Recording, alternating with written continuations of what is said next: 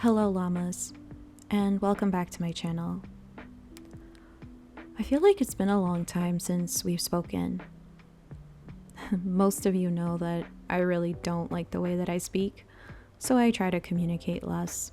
I've often talked about how we live in a hustle culture, especially here in the US where we wear medals of honor for burnout. I find that sometimes I'm conflicted with both viewpoints. The need to get things done to move forward, or feeling guilt when I try to recharge myself. My mind often turns into, you should be proactive. Especially since I'm not working as of current. As most of you know, I've quit working as a substitute teacher in New York about 4 months ago, and am navigating a whole new career path while simultaneously searching for work.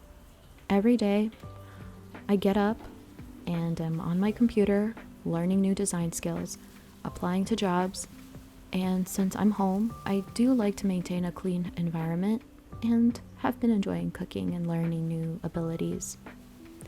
My boyfriend has been a blessing in this part of my journey, but he does have a 9-to-5 and supports me in other ways since he's been asked to slowly start going into the office. We both work really hard and aim to divide things evenly. However, by the weekend, like most of you, Saturdays are the day we like to rest. Living together has been great so far, but the guilt of not working eats at me some days. I consider myself to be independent and like earning my keep. And while I'm financially okay for now, I must have stability. I'm not saying wealth is a bad thing, but I'm also saying that the constant need for financial stability is a stress factor for a lot of us. This is why I'm not okay sometimes with wasting minutes because, again, society drilled this type of lifestyle onto us. However, like normal people, I experience burnout. Sometimes it could be from trying to keep up with the things I'd like to accomplish, personal goals. Hustle culture can be so damaging. The need to always be doing is not always best, or to pretend to be 100% all the time. Realistically, things in life happen in between. Our emotional needs are just as important to listen to. There was a point where I was heavily burnt out and my boyfriend told me to take the day to myself. Not that I needed his approval, but the fact that he told me to do it, I felt the empathy in him and the fact that he saw how worn out I was. I had been preparing for a whole week for an interview for a job I've applied to and learning design skills, plus cleaning. I haven't interviewed in 6 years, so I was rusty, but preparing beforehand has always been something that has helped me in the past. I even had a friend support with a mock interview. Thanks a lot, Jennifer. I really appreciate your time. A lot was weighing on me. I'm an introvert, so it's harder for me to socialize with others sometimes. And I really wish that in job situations, this thing was addressed more for introverts. Like maybe finding a better system for us, because sometimes to force an introvert to speak is not the best approach. So I hope in that area we do better as a society. So let's just say while interview day arrived, I did well and showed up, but I felt so drained afterwards because talking wears me out. I did my best to keep calm, like listen to meditation interviews and practicing in the mirror, but I was still nervous. While the interview was great, I felt the sweat on my clothes afterwards. The next day, I opted to take a break.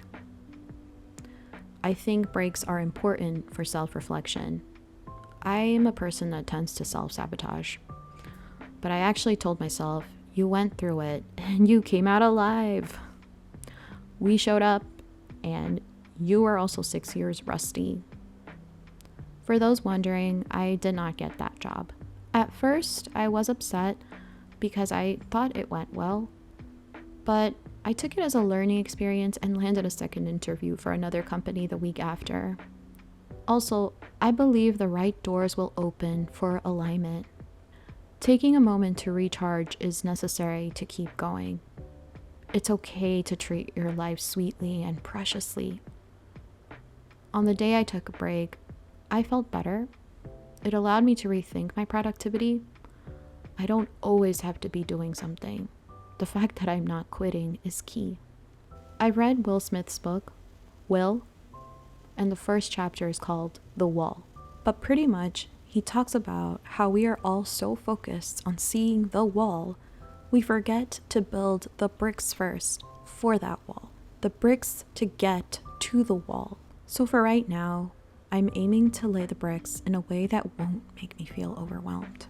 So take that break, and you will notice things worth addressing. Slowly, you'll get back into a rhythm and flow. Your ideas that come to you can get done.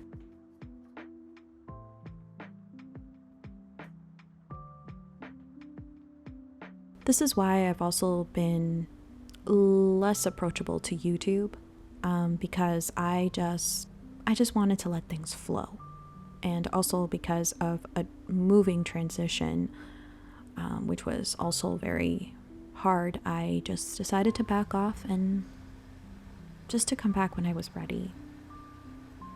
So I hope you guys weren't waiting for too long. Thank you for waiting. I really do appreciate you all who support me on this channel.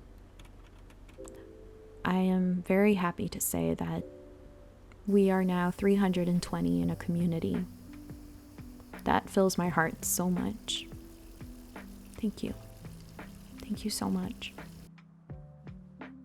So llamas, remember to give yourself a moment to realize how far you've come. You will get to where you want to be. Be kind to yourself. It feels hard sometimes, but it's only because your soul is evolving for the next part of the journey. We have to let go to move forward. Thank you so much for watching this video. Stay at peace, llama friends. I will see you in the next one.